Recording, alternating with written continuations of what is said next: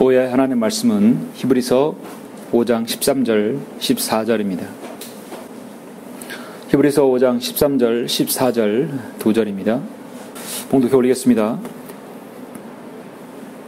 젖을 사용하는 자는 누구나 의의 말씀에 능숙하지 못하나니 이는 그가 악이기 때문이요 단단한 음식은 장성한 사람들의 것이니 그들은 그 말씀을 사용함으로써 감각들을 단련하여 선악을 분별하는 사람들이라. 아멘. 네. 자, 이 말씀을 놓고 잠시 기도드리겠습니다. 은혜와 진리가 충만하신 아버지 하나님, 주님께 감사를 드립니다. 주님의 사랑을 입은 아름다운 지체들, 아버지 하나님께서 이렇게 오후에도 불러 모아 주셔서 영과 진리로 경배드리게 해주시며, 우리가 오늘 히브리서 5장 말씀을 통하여 우리 모두가 성숙한 그리스도인으로서 우리가 영적 감각들을 단련할 수 있는 좋은 기회를 하나님께서 허락해 주시길 원합니다. 우리가 하나님의 말씀을 통해서 무엇인가를 자신을 투영시켜 자신의 부족한 것을 알게 해주시고, 우리는 이 세상에 있던 모든 일어난 일들, 역사와 그 어떠한 것이라도 하나님의 말씀에 비추어서 영적 교훈을 얻길 원합니다. 주님께서 오늘 제가 준비한 이 말씀을 통하여 여기는 모든 성도님들이 자신의 이 신앙인 영적 생활에서도 아버지 하나님 잘 적용되어져서 더욱더 주님께 헌신하고 주님께 가치 있는 생활을 살 수 있도록 인도해 주시길 원합니다. 이 지역교회 생활하는 주님의 사역들, 아버지 하나님 주님의 복음과 진리를 전파하는 사역들이 함께해 주시옵소서. 여기는 모든 성도들이 잘 대회에 참여하게 해주시고, 또 영적 전쟁에 있거나 아버지 하나님 그 어려움 가운데 있는 모든 성도들 염려해 주시고 기억하여 주시며 또 위로해 주시길 원합니다. 한 성도라도 영적 전쟁에서 패하는 성도 없도록 인도해 주시며, 늘 아버지 하나님께 영광 돌려 또 승리로 영광 돌리는 우리 모든 성도님들이 될 수 있도록 인도하여 주옵소서. 부족한 저는 말씀에 의해서 설교하려고 합니다. 선생님께서 제 입술을 주장해 주시고 여기는 모든 성도들의 마음을 주님께 주장해 주시옵소서. 우리 모두를 주님의 영으로 관장해 주시길 원합니다. 감사드리며 우리의 구주이신 주 예수 그리스도의 이름으로 기도드렸습니다. 아멘. 오후의 설교 제목은 의의 말씀으로 단련하라, 의의 말씀으로 단련하라입니다. 원래 제목은 의의 말씀으로 감각들을 단련하라 했는데요, 너무 길어서 감각들은 뺐습니다. 여러분이 그러니까 그 안에 감각들이라는 말이 여러분 생략되어 있다고 생각하십시오. 의의 말씀으로 감각들을 단련하라. 여러분은 어떤 감각을 단련해야 할 것입니까? 한다고 생각하십니까? 오전에 저는 설교 서두에 올림픽에 대해서 말씀을 드렸습니다. 오후에도 잠깐 올림픽 스포츠에 대해서 먼저 이야기를 하겠습니다. 지금 런던에서는 한국 선수들이 유독 결승전에만 올라가면 그 결승전 파이널 무대에서 강한 면모를 보이고 있죠. 일단 결승전에 올라가면 현재 승률은 거의 70% 이상을 육박합니다. 올라가면 거의 금메달이라는 얘기죠. 오늘이 8월 5일 올림픽 개막 9일째 메달 집계를 살펴보니까 우리나라가 금메달 5개, 은메달 3개, 동메달 5개를 지금 기록하고 있습니다. 종합순위 4위를 기록하고 있었습니다. 참으로 극동의 한 변방의 나라, 작은 나라가 전후 60년 이후에 엄청난 성장이죠. 체력은 국력이라는 말을 우리는 썼습니다. 그러므로 체력이 있으면 국력이고 체력을 말해준다 하겠습니다. 그래서 스포츠 산업도 상당히 육성되고 있습니다. 저는 여기에서 올림픽 메달을 분석해 보면 한 가지 여러분은 공통점을 발견할 수 있을 것입니다. 금메달 9개에서 금메달만 보자면은 다른 은메달, 동메달도 마찬가지입니다. 금메달 9개만 보자면 양궁이 3개입니다. 여자 단체, 여자 개인, 또 남자 또 이렇게 개인 양궁이 3개입니다. 요도를 2개 땄습니다. 펜싱이 2개 땄습니다. 거의 예상치 못한 결과이죠. 10개를 목표로 했는데 벌써 지금 초과 달성하려고 한다고 합니다. 그리고 사격이 2개 땄습니다. 양궁 3개, 요도 2개, 펜싱 2개, 사격 2개입니다. 공통점은 무엇이라고 봅니까? 이번 올림픽에서 선전하고 있는 한국 대표팀이 유독 무기를 쓰는 종목에 강하다는 것을 전 세계 사람들에게 확실히 각인시켜주는 대목입니다. 어떤 사람들은 일명 한국을 전투민족의 이 대한민국의 위협이라고 했습니다. 전투민족이라고 합니다. 2012년 런던 올림픽에서 한국 대표팀이 메달을 획득한 것은 거의 다 사람들에게 살해를 가하거나 죽이는 그런 무기 종류를 사용하는 것들이었어요. 심지어 북한도요, 역도랑 유도에서 땄습니다. 힘을 쓰거나 유도에서 했습니다. 1964년 몬트리올 올림픽에서 한국 역사상 최초로 레슬링을 금메달을 땄던 양정모 선수가 있었죠. 여러분은 어렴풋이 기억할 것입니다. 최초의 금메달도 바로 격투기 종목이었습니다. 앞으로 금메달을 기대하는 종목도 격투기 종목입니다. 레슬링, 권투, 태권도 다 잡으면 그냥 때려 눕히는 것이에요. 한국이 총, 칼, 활 이 무기를 빼고는 거의 안 되는 것이죠. 거의 이 무기를 사용하는 종목에서는 우리 한국이 사실 세계 최강입니다. 이 세 가지는 우리 전쟁의 역사에서 중요한 물품이고 사람들이 목숨을 파탄시키는 살상 무기입니다. 우리나라 삼국시대, 조선시대를 거쳐서 근현대사 역사에서는 우리나라는 침략이 아닌 국가 수호와 우리나라 방어의 목적에서 이 무기가 개발되었죠. 늘 평화주의를 지향해온 한국은 한 번도 다른 나라 가서 침입한 적이 없었습니다. 침략 역사가 아니라 우리 국가 수호 역사예요. 방어에 이런 무기들이 쓰였습니다. 아마도 저 설교자의 판단에서는 왜 우리나라 이렇게 무기를 쓰는 부분에서 스포츠를 잘하고 있는가? 아마도 제 생각에는 우리 민족이 수없이 많은 외척에 침입해서 우리나라 자국을 방어하기 위해서 그만큼 무기들을 사용하고 그 기술들을 연마한 그 선조들의 지혜를 이해받았지 않았나 생각합니다. 한마디로 좋은 의미에서 그 핏줄을 이해받았다고 저는 보는 것입니다. 그들은 아마도 이 땅의 재산과 가족을 지키기 위해서 부단히 더 무기들을 개량하고 기술들을 연마했을 것이라고 생각합니다. 일제 36년 강점기 때는요, 일본에서는 우리나라 금지시킨 게 하나 있어요. 뭘 금지시키냐면 활 쏘기를 금지시켰어요. 너무나 활을 잘 쏘니까 국궁을 금지시켰던 때가 있었습니다. 하여튼 우리나라는 잡으면 죽는 거예요. 잡으면 매치고 업어치고 그냥 그 자리에서 때려 눕히는 것입니다. 도망가면 활을 쏘고요. 무기를 들면 같이 무기를 들어서 절대로 지지 않는 민족입니다. 당연해졌죠. 도망가면 활을 쏘고 붙으면 그냥 업어치고 매치고 또 칼을 들면 칼로 맞서는 것이에요. 생각해보면 우리 그리스도인도 꾸준히 하나님의 말씀으로 감각들을 단련해서 이런 마귀의 공격들을 내서 승리해야 합니다. 오늘 오후 설교는 자신을 방어할 수 있는 전투 무기를 저는 그 생리적, 그 물리적 특성을 봄으로써 영적 전쟁을 싸우는 여러분이 좋은 도전이 되기를 원하는 것입니다. 마침 이렇게 금메달 따는 종목도 여기 그림과 같은 종목이 돼서 이걸 영적 적용으로 여러분에게 한번 적용시켜서 말씀을 드리고자 합니다. 본문을 보시면 오늘 저는 본문을 오전에는 야고보서 했지만 오후에는 히브리서입니다. 다 어려운 본문 책들이죠. 그러나 우리 성경도민 그리스도인은 전혀 어렵지 않습니다. 진리의 말씀을 올바로 나누기 때문입니다. 사도 바울의 AD 35년경에 기록했던 히브리서입니다. 락커 목사님은 아마도 사도 바울이 가장 먼저 사도 바울 서신서보다도 먼저 기록했을 것이라고 지금 추정하고 있습니다. 흔히 성경을 모르면 가장 어려운 책이 4권 있는데 마태복음, 사도행전, 히브리서, 야고보서죠. 그리고 하나 더 하면 요한계시록인데 오늘날 제도권교회 요한계시록은 무서운 책임이에요. 김집사, 이집사 그거 보면 안 돼. 그거 보면 큰일 나. 그건 아무나 보는 게 아니야. 거의 닫혀진 책으로 봉해져 있는 책이 오늘날 요한계시록이에요. 오직 목사람만이 설교할 수 있고 목사만이 알려줄 수 있는 책이라고 오늘날 그렇게 가르칩니다. 성도가 가장 싫어하는 것이 있어요. 오늘날 목회자가 자신의 성도가 자신의 교인이 어디 가서 요한계시록 강의 듣고 오는 게 가장 싫어하는 거예요. 왜냐하면 또 이상한 소리 듣고 이단이라고 빠지고 혼란 가운데 있기 때문에 그렇게 겁을 내는 것입니다.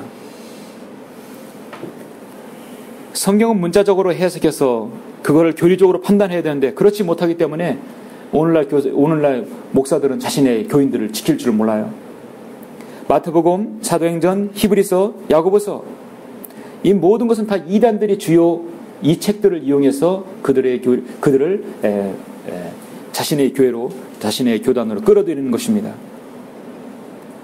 율법 시대면 율법 시대, 교회 시대면 교회 시대, 하나님의 경륜에 맞춰져 하나님께서는 그 시대에 맞게 책을 주셨고 또 교리를 주셨습니다. 마태복음은 구약과 신약 사이에 있고, 사도행전은 유대인과 경륜과 교회의 경륜 사이에 있고, 히브리서는 야고보서는 교회와 환란 시대의 경륜에 있는데, 이 과도기전 책을 이해하지 못하기 때문에 오늘날 행위에 의한 구원이 나오는 것입니다. 오늘 오전 오후는 히브리서 야고보서의 동일한 대상을 향한 동일한 관점으로 전개되고 있는 책이죠. 모두 다 신약 성도에게 적용해서는 안 될 책입니다. 여기 안에는 신약 성도에게 좋은 유익한 영적 양식을 제공할 수 있는 오늘 본문 같은 책들의 구절이 있는 반면 대환란에 관련한 구절이 있습니다. 잘 구별해서 알아야 할 것입니다. 그러나 우리 믿음으로 구원받은 우리 그리스도인에게 있어서는 좋은 영적 도전을 주기에 충분한 그런 많은 말씀들이 있습니다. 성경에서 우리의 영적 싸움은 에베소 6장 12절에 높은 곳들에 있는 영적 악에 대항하는 것입니다. 영적 악, 대항하는 것입니다. 보이지 않는 그들에 의해 보이지 않게 공격당하게 됩니다. 때로는 순교자들처럼 생명의 위협을 당할 때도 있지만 어떨 때는 우리 믿음의 요소를 파괴하기도 합니다. 자, 믿음의 요소는 보이지는 않죠. 여러분 마음 가운데 마귀가 들어서 그걸 파괴할 수도 있습니다. 마귀는 여러분을 소유할 수 없지만 점유할 수 있습니다. 그래서 모든 그리스도인은 마귀의 공격 대상입니다. 특히 목회자의 가정, 목회자는 더욱더 공격 대상이 되는 것입니다. 그가 어린 아이든 영적으로 청년이든 영적인 아비든 마귀의 포시는 항상 계기는 여러분을 향해 있다는 사실, 가장 약한 부분을 늘 장전하고 있다는 사실입니다. 언제 여러분의 방어벽을 허물어뜨릴지 모릅니다. 그럼 우리는 영적 감각들을 단련해서 훈련해서 이것들을 방어해야 합니다. 인류는 지난 6,000년 동안 지구상에 약 33,000번의 전쟁이 있었다고 합니다. 예를 들어서 미국과 옛 소련의 군비 경쟁이 한참 냉전이었을 때는 그들이 가진 핵탄두가 지구를 41번이나 파괴할 수 있는 엄청난 양을 가지고 있었다고 합니다. 하나님께서는 그걸 허락하지 않죠? 이 지구상에는 날마다 35,000명이 식량이 없어서 굶어 죽고, 전 세계가 전쟁을 위해서 쓰는 돈은 약 $5,500가 이른다고 합니다. 전쟁을 준비하는 사람, 또 평화를 위해서 준비하는 사람들 늘 이견이 있죠. 어쨌든 간에 그들은 모두 다 예수 그리스도의 재림을 거부해서 그들이 유토피아를 이루려고 지금 하고 있습니다. 오늘 본문에서는 뭐라고 말씀합니까? 이 말씀을 여러분이 영적으로 적용해도 결코 어렵지 않은 말씀이죠. 젖을 사용하는 자는 누구나 그 이의 말씀에 능숙하지 못하나니 이는 그가 악이기 때문이요. 단단한 음식은 장성한 사람들의 것이니 그들은 그 말씀을 사용함으로 감각들을 단련하여 선악을 분별하는 사람들이라. 선악을 분별한다. 잠언서에 보면은 뭐죠? 명철 있는 사람이죠. 여러분은 젖을 사용한 사람들이었습니다. 그리고 지금 단단한 음식도 먹고 있습니다. 젖을 사용하는 사람은 의의 말씀에 능숙하지 못하겠죠? 성경으로 믿는 모든 그리스도인 정상적으로 지역교회에 출석을 적어도 3년 이상만 하시면 신구약의 모든 말씀들을 전반적으로 거의 다 훑게 됩니다. 꾸준히 오전 성경 공부, 주일 오전 오후 예배 참석하시면 참으로 많은 것들을 누적되어서 받을 수 있습니다. 성경은 의의 말씀으로 감각들을 단련하라고 말씀하고 있습니다. 우리나라가 이렇게 9개의 금메달을 따면서 보면은 양궁과 사격들, 그 다음에 또 검술, 그 다음에 격투기 종목에서 두각을 나타내고 있습니다. 자, 성경에서는 저런 무기들이 제시되고 있습니다. 저 무기들을 제시할 뿐만 아니라 우리에게 영적으로 귀한 도전을 주고 있습니다. 여러분은 어떤 감각들을 단련할까요? 오늘 저는 여러분에게 저 그림 같은 것들을 통해서 여러분에게 말씀으로 제시하고자 합니다.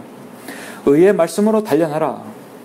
우리는 의의 말씀으로 무엇을 배우며 단련할 수 있는 것인가? 첫 번째, 여러분의 신앙의 표대를 설정하고 겸손하게 섬기라는 것입니다. 무엇을 통해서요?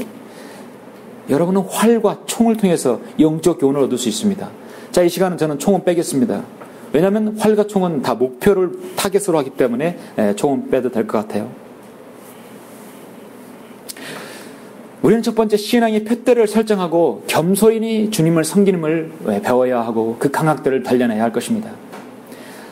영적 전쟁에 있어서 가장 중요한 영적 감각들이에요.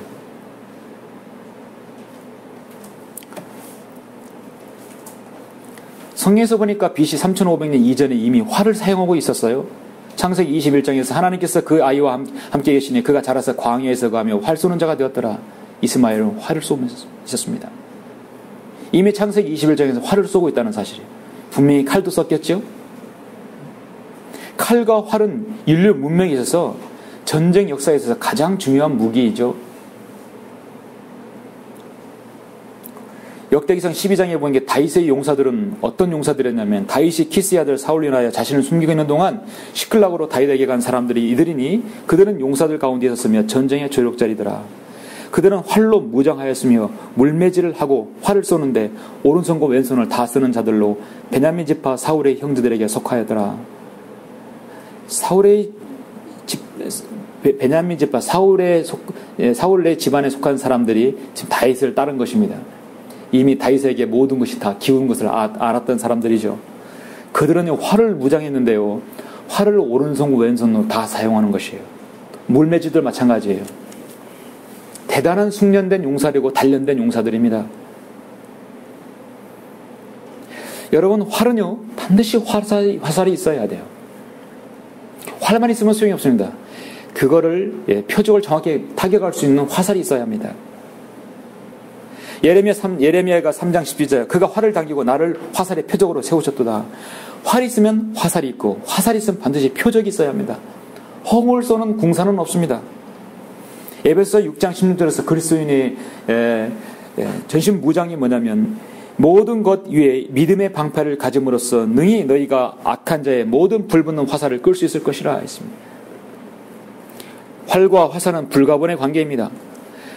공사가 활을 쏠 때는 목표를 향해 쏩니다. 반드시 목표를 향해 쏩니다.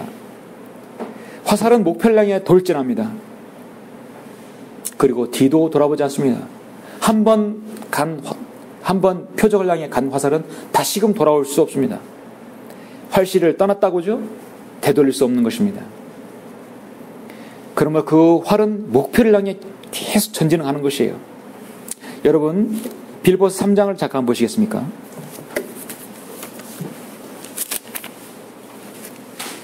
빌보스 3장 13절 보시면 형제들아 나는 내가 붙잡은 것으로 여기지 아니하노라. 다만 한 가지 일, 즉 뒤에 있는 것은 잊어버리고 앞에 있는 것들에 손을 뻗쳐 그리스도 예수 안에서 하나님의 고귀한 부르심의 상을 위하여 그 표대를 향해 쫓아갈 뿐이라. 우리 그리스도인은 한번 타겟을 정하면 절대 그 표적을 놓쳐서는 안 됩니다. 오직 예수 그리스도 안에서 하나님의 고귀한 부르심의 그 상을 위해서 그 표대만 향해 가야 합니다.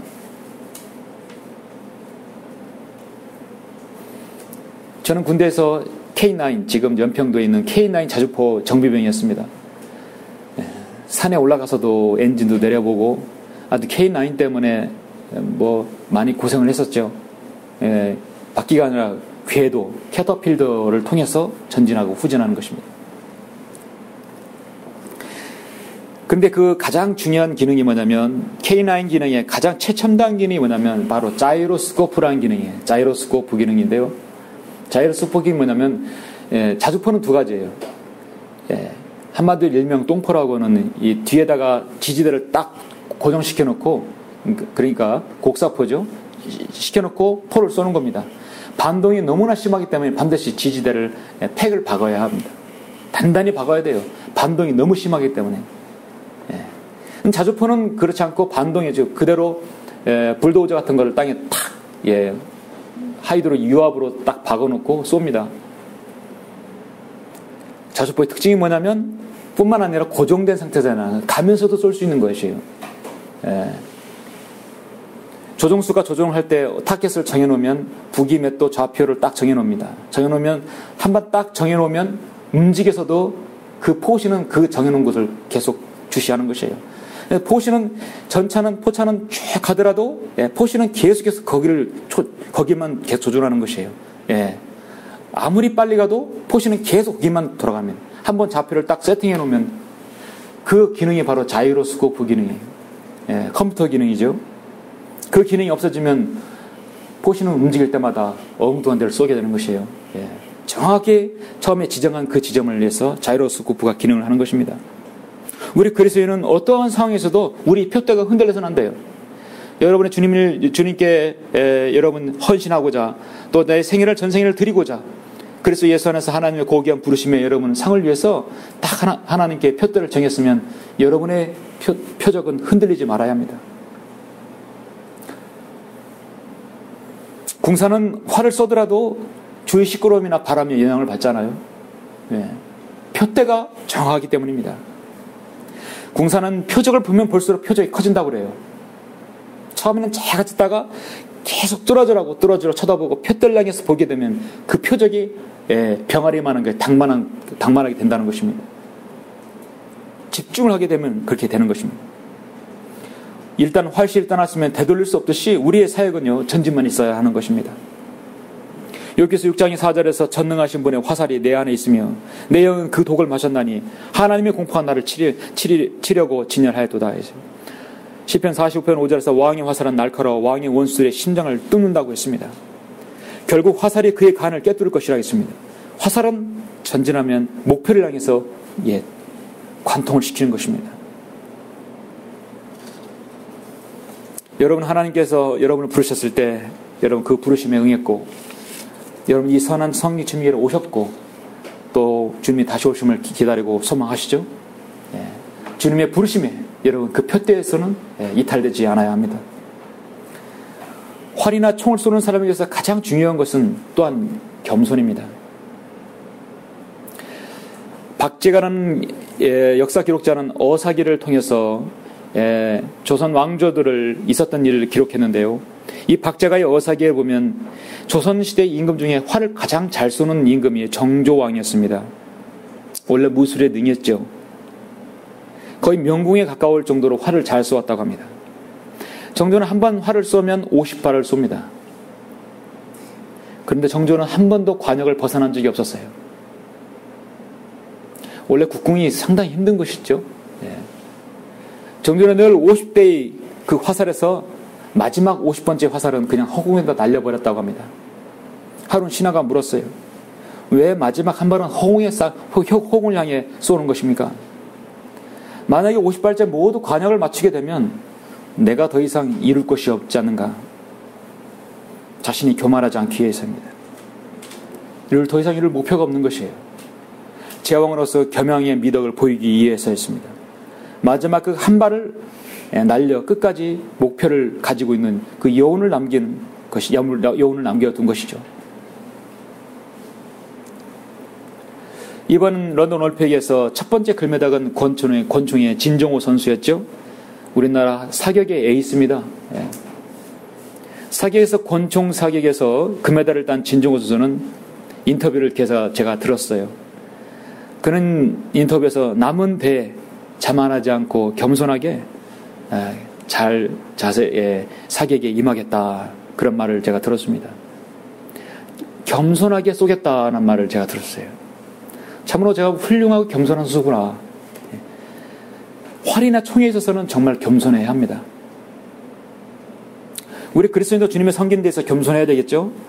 골로새 3장 12절에서 그러므로 너희는 하나님의 택함을 받은 거룩하고 사랑받은 자로서 자비로운 마음과 친절과 마음의 겸손과 온유와 오래 참음으로 옷 입으라 했습니다. 야고보서 4장 6절에서 그러나 그가 더 많은 은혜를 주시느니라. 그러므로 그가 말씀하시기를 하나님께서는 교만한 자들을 거절하시고 겸손한 자들에게 은혜를 주신다 했습니다. 자만하지 않는 공사가 정말 훌륭한 공사인 것이죠. 성경은 또한 화살은 잘 양육된 자녀들이라겠죠. 화살들이 용사의 손 안에 있는 것 같이 젊은이 자녀들도 그와 같도다 했습니다. 화살통에 화살을 가득 채운 사람은 행복하다겠어요. 그들이 부끄러워하지 아니하고 성문에서 원수들과 말하리로다 했어요.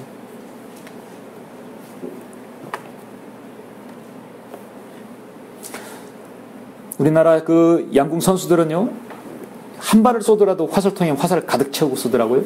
제가 유심히 봤어요. 한 발을 마지막 숏오프, 마지막 한 발로 결정짓는 있죠. 마지막 동점일 때 한 발로 중앙 관역을 더 가까이 간 선수가 이기는 것이에요. 우리 기보배 선수도 8점을 기록했지만 그 다른 선수가 더 멀리 가가지고 그 중심에 가까워서 극적으로 금메달 따지 않았습니까? 그런데 한 발을 쏘는데 화살통에 화살이 가득해요. 여러분 자세히 보십시오. 그들은 한 발 중에 그 많은 통 중에 막 골라가지고 여리저리 재고 이렇게 보고 막 이렇게 하던가요? 안 그래요. 아무거나 딱 집어서 하나 딱 꺼내는 것이에요. 왜냐하면 모두 다 좋은 거니까. 모두 다 훌륭한 것들이니까. 예. 아무거나 뽑는 거예요. 예. 그리스도인의 자녀들을 잘 기른 자녀들은요, 화살통에 화살을 가득 채운 사람이라겠어요. 행복하다겠어요. 누굴 뽑아도 하나님의 사람으로 할 수 있는 것이에요. 활에 대해서 한 가지만 더 말씀을 드립니다. 그리스도인에게서 오전에 말씀드린 대로 역경은, 고난은 반드시 인내해야 한다고 말씀하고 있죠. 그러면 그리스도인의 역경과 그리스도인의 삶 속에서 믿음 생활은, 환난은 필수적입니다. 고난과 역경은 필수적이죠. 그거는 제가 어제 오늘 설교한 것이 아니었습니다. 늘 말씀드리는 것이죠.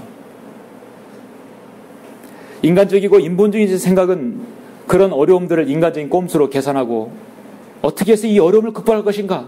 하지만 정말 믿음에 있는 사람들은 그 어려움을 극복하는 것이죠. 그렇죠? 기도로, 인내로 극복해야 하는 것입니다. 저는 그것을 활 속에서 좋은 교훈을 하나 배웠습니다. 이번 양궁 경기 내에 바람이 참 많이 불었어요. 여러분, 영국 날씨는 원래 들쑥날쑥 예측이 안 됩니다. 특히 바람이 불어요. 변덕스러운 날씨, 영국 런던의 날씨 때문에 가장 힘든 경기가 바로 양궁입니다. 우리나라 최현주 선수는 보통 썼다면 8.9점 10점인데 한 발 쐈는데 3점을 기록하기도 했어요. 왜냐하면 중앙에 쐈는데 바람이 날려가지고 3점을 탁 쏜 것이었어요. 단체전에서 평균 220점이 나오는데 우리나라 여자 양궁 선수들 잘 쏘는데도 8강전에서 206점이 나왔고 210점에 머물렀었습니다. 왜냐하면 쏠 때 바람이 너무나 불었기 때문에. 왜냐하면 관중석이 이렇게 디귿자로 되어 있으면요, 바람이 불 때 회오리 쳐서 바람이 불어요. 그러니 활을 쏠 때 활이 막 춤을 추는 것이에요. 얼마나 궁사들이 힘들겠어요. 경기장 안에서는 소용돌이성 바람이 계속 부는 겁니다. 그래서 우리나라 선수들 10점, 9점 쏘는 거 보면 대단하죠? 예.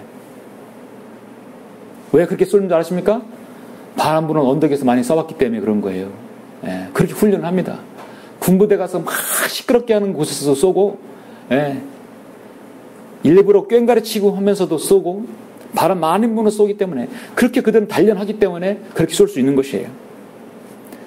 이번에 남녀나 모든 선수들이 이렇게 바람 많이 부는 곳에서 쏘는 방법은 오조준이라는 것이에요. 바람의 방향을 파악해서 정중앙이 아닌 다른 곳의 관역을 향해서 쏘는 것이에요. 그럼 바람 부니까 딱 중앙을 향해 가는 것이죠.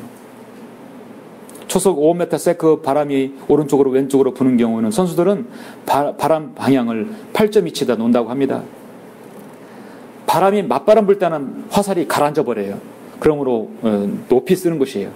자세히 보시면요, 여러분 궁사들은 활을 방향을 하늘로 쏘게 포물선을 그리면서 탁 떨어지는 거예요. 그것도 고려해야 하는 것입니다. 화살 속도가 줄어들어 중력을 강하게 작용하기 때문에 조준점을 위쪽으로 더 위로 멀리 포물선을 향해 그려야 합니다. 이것이 바로 오조준입니다. 남자 양궁도요, 금메달은 이 오조준으로 해서 금메달 딴 것이었어요. 중요한 건 제가 이야기하려는 것이 아니라 활을 주제로 한 우리나라 영화에서 주인공이 마지막 대사를 여러분 혹시 들어보셨나 모르겠습니다. 저는 이 마지막 명대사가 저는 오래오래 아주 평생 잊혀지지 않을 것 같아요. 그리스도인 생에 살면서 상대편 적장이 먼저 활을 쐈어요. 참으로 그 옛날 대결은 낭만적이에요. 그러죠? 예, 서부 영화처럼 탁 먼저 쏴라 하는 게 좀 탁 동시에 뽑는 거죠. 근데 활은 동시에 쏴는 게 아니라 상대방이 먼저 쏘는 거예요. 딱 서 있는 것입니다. 상대방이 먼저 쏘고 이제 주인공 차례였는데 주인공 쏠 때 바람이 엄청나게 불었습니다. 상대방 적장은 그래 너는 바람을 계산하는 것이냐 묻습니다. 그러나 주인공은 이런 명대사를 합니다. 바람은 계산하는 것이 아니라 극복하는 것이다. 그리고 쏴요. 상대방의 목을 뚫지요. 궁사들은 말합니다. 바람은 계산하는 게 아니라 극복하는 것이다. 순간순간 바람을 이겨내야 명궁이 될 수 있다는 것이에요.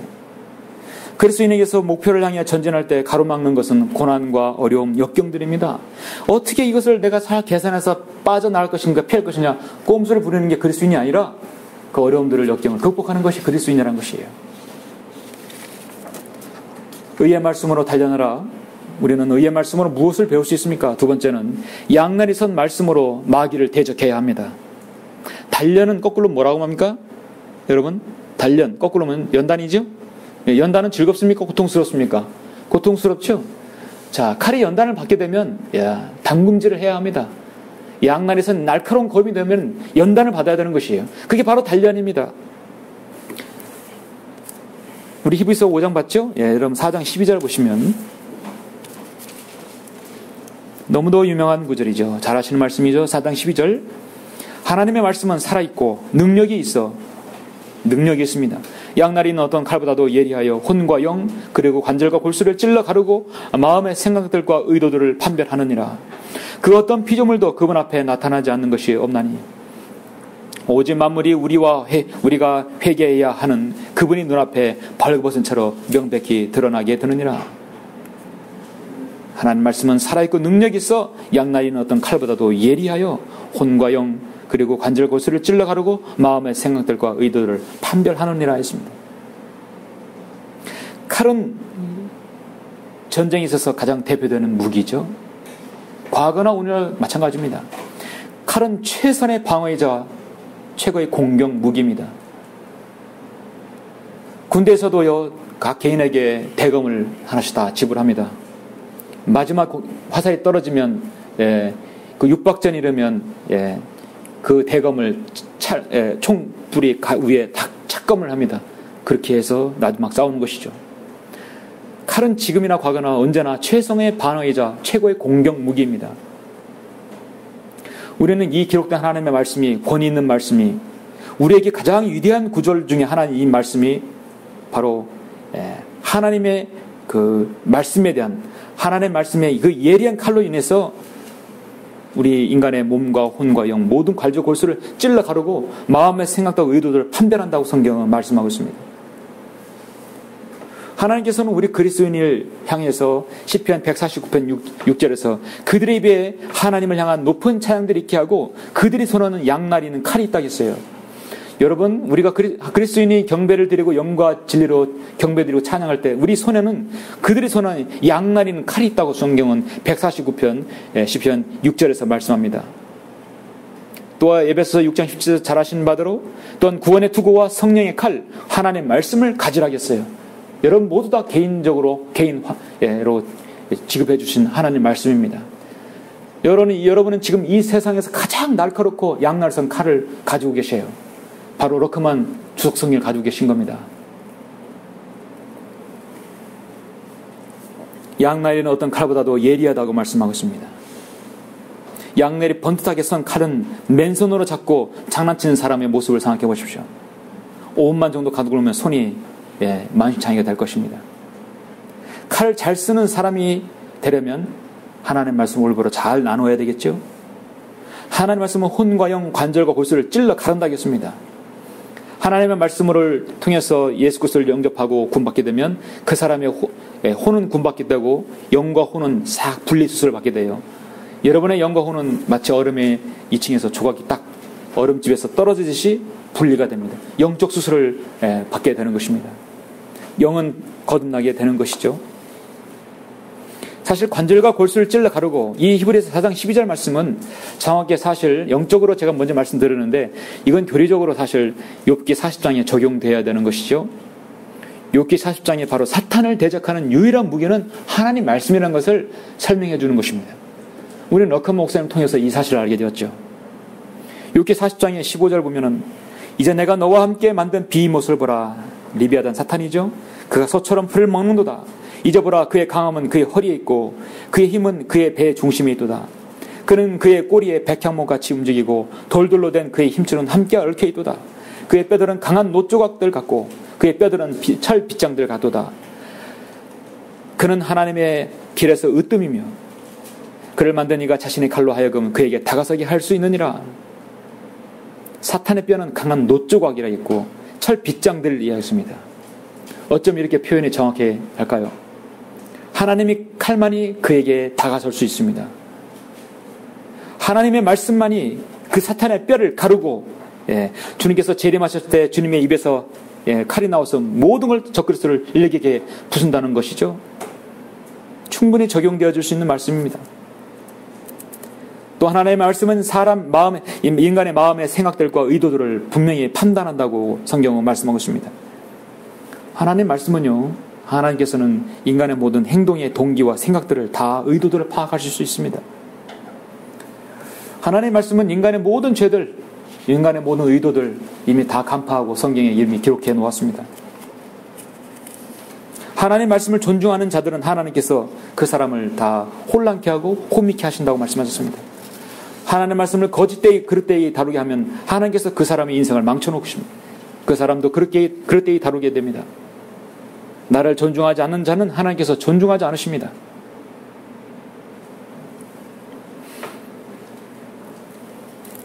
저는 러커 목사님이 성경을 대하는 태도, 요것을 볼 때 그런 참으로 하나님의 말씀에 관한 한 훌륭한 스승이라는 것을 다시 한번 깨닫게 됩니다. 러커 목사님은 늘 기도할 때, 하나님 말씀을 대할 때 이렇게 기도한다고 하죠. 주님은 내가 어리석고 무능하다는 것을 아십니다. 영적으로 말해서 내 머릿속에는 아무것도 없다는 것을 주님은 아십니다. 내가 가진 어떤 지혜나 재능이나 건강이나 지식, 이해력도 주님께서는 내게 주신 것일 뿐 주님은 이 모든 것을 단 5초 이내에 나에게서 빼가실 수 있습니다. 이제 말씀하소서. 주여, 내가 듣겠나이다. 나로 깨닫게 하소서. 만약 주님이 나를 책망하신다면 그것은 나에게 옳으니이다. 다만 내가 바라건대 주의 말씀에서 뭔가를 내게 주소서. 어떤 것이라도 내게 보여주소서. 주님이 내게 주시는 것은 무엇이든지 내가 취할 수 있으며 주님의 은혜로 말미암아 그것을 믿을 것이며 또 그것을 실행하겠나이다. 말씀을 대하는 목사님의 기도입니다. 우리들은 마찬가지 그런 기도를 해야 되겠죠. 주님은 나에게 모두 5초 내에 나에 있는 모든 것을 다 주님은 거둬갈 수 있다는 것이에요. 그러면 우리는 전적으로 주님을 신뢰하고 주님을 존중해야 되겠죠. 하나님 말씀에서 성경은요, 칼은요, 분리시키는 것입니다. 섞이는 것이 아닙니다. 성경은 분리를 원합니다. 진리와 비진리입니다. 거짓 교리와 바른 성경적 교리를 해서 분리시키는 것입니다. 여러분, 하나님 말씀이 이 칼로 인해서 여러분 세상으로부터 거짓 교리로부터 성별하여 오신 분들이에요. 많은 사람들이 이 부분에 대해서 순종하지 않기 때문에 여러분 성령 지역교회가 이렇게 숫자가 적은 것이죠. 하나님의 말씀은요, 때로는 심판으로 표현되죠. 이사야 34장 6절에서 주의 칼이 피로 찼으며 기름진과 어린 양과 염소의 피와 또 순양의 콩팥 기름으로 기름졌도다. 이는 주께서 보스라에서 희생을 내시며 이돔의 땅에서 큰 사륙을 내심이라. 재림에 관한 말씀입니다. 이사야 51장 19절에서 이 두 가지 일이 내게 임하였으니 누가 너를 위하여 슬퍼하랴. 황폐와 파괴와 기근과 칼이랴.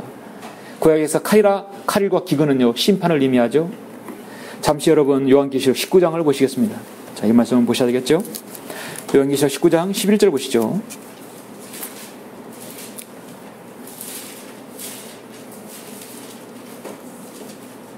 11절 16절 보시면 주님의 재림의 장입니다. 또 내가 하늘이 열린 것을 보니 흰 말이 보이더라. 그 위에 앉으신 분은 신실과 진실이라 불리며 의로 심판하고 싸우시더라. 그의 눈은 불꽃 같고 머리에는 많은 왕관이 있고 또 한 이름이 기록되어 있는데 그 자신 외에는 아무도 모르며 피에 적신 옷을 입었는데 그의 이름은 하나님의 말씀이라고 불리더라. 또 하늘에 있는 군대들이 희고 정결한 세마포를 입고 흰 말들을 타고 그를 따르더라. 그의 입에서는 예리한 칼이 나와서 그것으로 민족들을 칠 것이요 또 철장으로 그들을 다스릴 것이며 그는 전능하신 하나님의 맹렬한 진노의 포도주 틀을 밟으실 것이라. 또 그의 옷과 넓적다리에 이름이 기록되어 있는데 만왕의 왕 또 만주의 주라 하였더라 하십니다. 주님의 입에서 칼이 나온다 했습니다. 칼은 빛나고 날카롭게 잘 관리해서 해야 할 것입니다. 사무엘하 23장에 보니까 다윗에게 용사들이 있었죠. 아까 사무엘상 12장에서 말씀드렸듯이 다윗에게 있는 용사들의 이름이 이러하니라. 대장들 가운데 최고 우두머리 자리에 있는 자는 타크몬인 곧 에스닌 아디노니 그가 800명을 향해 그의 창을 들어 한 번에 죽였더라. 그 다음으로 아우아인 도도의 아들 엘르아셀이니 다윗과 함께한 세 용사 중 하나더라. 그들이 싸우려고 모인 필리스타인들을 대항하는데 이스라엘 사람이 물러가자 그가 일어나 필리스타인들을 치되 여기 23장 10절에서 표현을 뭐라고 말씀하시냐면 그의 손이 지칠 때까지 그의 손이 칼에 달라붙을 때까지 하였더라 하시요. 그의 손이 지칠 때까지 그의 손이 칼에 달라붙을 때까지 하였더라. 주께서 그날 큰 승리를 이루셨으니 백성은 그를 따라 돌아오며 약탈할 뿐이더라 하십니다. 이 전사의 손에는 필리스타인 손에 물리칠 때 이 손에는 손에 이 칼이 떨어진 적이 없었다는 사실이에요. 쫙 달라붙었다는 얘기예요. 손에 지칠 때까지. 우리 그리스도인이 전사의 손에도요 늘 하나님의 말씀이 쫙 붙어야 합니다. 여러분이 어디를 가든 하나님의 말씀은 늘 동행해야 합니다.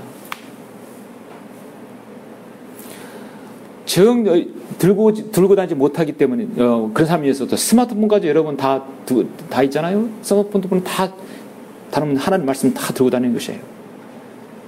구령자에게 늘 하나님 말씀에 늘 동행해야 되는 것입니다. 여러분이 사업을 하시든 여러분 개인 장사를 하시든 직장을 다니시든 어디든 여러분의 몸속에 늘 하나님 말씀이 착 달라붙어야 되는 것이에요. 언제 하나님 말씀이 필요할지 모르는 것입니다. 의의 말씀으로 달려나라. 우리는 의의 말씀은 무엇을 배울 수 있습니까? 마지막 세 번째는 우리는 끊임없이 넘어져도 도전하고 또 일어나야 합니다. 포기하지 않는 신앙이 있어야 합니다. 아래 보면 여러분 격투기죠. 자, 이번에 유도 금메달 2개 땄어요. 근데 아마 레슬링도 이제 선전할 것입니다. 우리의 세계 최고의 고수들이 모인 강자들이 모였죠. 역시 태권도 우리의 주 종목입니다. 그리고 권투, 유도, 레슬링, 태권도, 권투 잡히면 죽는 거예요. 모두 이건 잡아서 상대를 제압해야 하는 것입니다. 잠언 24장 16절에 보면 이렇게 말씀하고 있어요. 의로운 사람은 7번 넘어져도 다시 일어나나 악인은 재앙으로 인하여 넘어지리로다 했어요. 7번 넘어지면 8번째 일어나는 것이 그리스도인. 정말 오뚜기 인생이 바로 그리스도인이라고 저는 믿습니다. 이 격투기는 모두 다 한결같이 붙어서 싸우는 종목이에요. 넘어뜨리면 넘어지면 일어나고 또 넘어지면 또 일어나야 하는 것이 바로 승리의 비결입니다. 한번 넘어지고 맺혔다 해서 일어나지 않는 것은 안 됩니다. 겨루기는 원래 태권도 수련 과정에서 하나이지만 유도든 태권도든 레슬링이든 뭐든 간에 다 먼저 붙어야 겨루기를 해야 하는 것입니다. 이것을 알려면 전적으로 그 관련된 기술을 연마해야 합니다. 기술들을 숙지해야 하고 끊임없이 연습하고 넘어지고 해야 합니다. 유도 선수들, 레슬링 선수들이 연습하는 거 보셨죠? 레슬링 선수 하려면 레슬링 선수들은 모두 기가 없어요.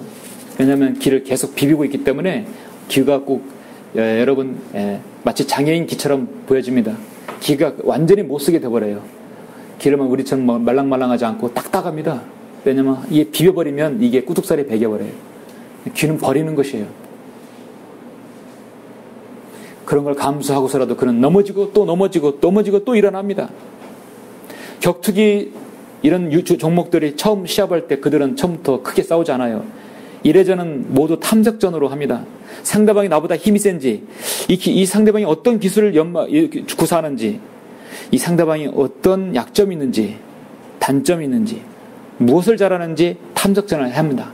그래서 그 자기가 이길 수 있는 공략을 계산을 하는 것이에요. 이것을 잘못했다가는 경기가 풀리지 않을 것입니다. 우리는 영적 전쟁에서 마귀가 여러분을 늘 탐색하고 늘 여러분을 주시하고 있다는 사실을 명심해야 할 것입니다. 야고보서 베드로 전서 5장에 보면 이렇게 말씀하죠. 여러분 잘 아시는 말씀입니다. 베드로전서 5장 8절에 보면 정신을 차리고 깨어 있으라. 이는 너희 대적 마귀가 울부짖는 사자처럼 삼킬 자를 찾아 두루 다니기 때문이라. 계속 찾아다닙니다. 여러분의 대적은요, 마트 격투기 선수처럼 여러분의 약점이 무엇인지를 다 간파하는 것이에요. 요한일서 2장 15절 16절처럼 육신의 종이 약한지, 생의 자랑이 약한지, 안목의 종이 약한지, 아니 모두 약한지 마귀는 간파하고 그것을 공략할 것입니다. 사탄의 공격은 최소의 비용을 들여서 공격하는 것이에요. 하나님의 말씀으로 분별하지 않고 양육받지 않는 이 나라 한국 교회는요, 가만히 놔둬도 알아서 사탄의 길로 가기 때문에 전혀 건들 필요 없어요. 공격하지 않습니다. 이미 사탄에게 점유된 자들이기 때문에, 마귀로부터 점유된 기독교 계이기 때문에 그들은 가만히 놔도 곁길로 가게 되어 있습니다. 그들의 공격 목표는 바로 이 성경들은 지역교회예요. 우리는 여전히 육신이 노출되어 있기 때문에 육신의 정욕과 생의 자랑과 안목의 정욕으로 우리도 쏠릴 수 있습니다. 사탄은 강한 상대를 만나지 않아요. 가볍고 만만한 상대를 골라서 그를 점유시키려 하는 것입니다. 한 사람이 점유되고 쓰러지면 못 일어나면 연쇄적으로 문제가 생기기 때문에 사탄이 바로 그걸 좋아하는 것이에요. 여러분의 사탄이 여러분 타겟이 되지 말아야 합니다. 여러분 자신이 되지 말아야 합니다. 그러려면 우리는 넘어졌다면 다시 일어나고 또 일어나고 또 일어나서 7번 넘어지더라도 다시 일어나야 하는 것이에요. 그것이 바로 우리 그리스도인의 오뚜기 바로 인생인 것입니다. 사랑하는 성도 여러분, 오늘 말씀에서 젖을 사용하는 자는 누구나 의의 말씀에 능숙하지 못하다겠어요? 우리는 언제나 젖병을 빠는 사람들이 아니죠? 우리는 언제나 모든 성경을 구원에만 맞춰가지고 사는 사람들 아니에요. 오늘 오전 말씀처럼 여러분 야고보서 또 히브리서 그리고 오전 성경부처럼 요한일서도 이렇게 여러분 분별 있게 공부하는 사람들입니다.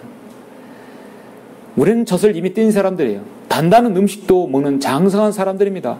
그 사람들만이 의의 말씀들로 사용함으로써 감각들을 단련해서 선악을 분별하는 사람들이 되는 것이에요. 그 사람들은 목표를 가지고 겸손하게 주님을 섬깁니다. 자신의 검을 잘 다룰 줄 아는 사람들입니다. 넘어져도 또 일어나고 도전하는 인생인 것입니다.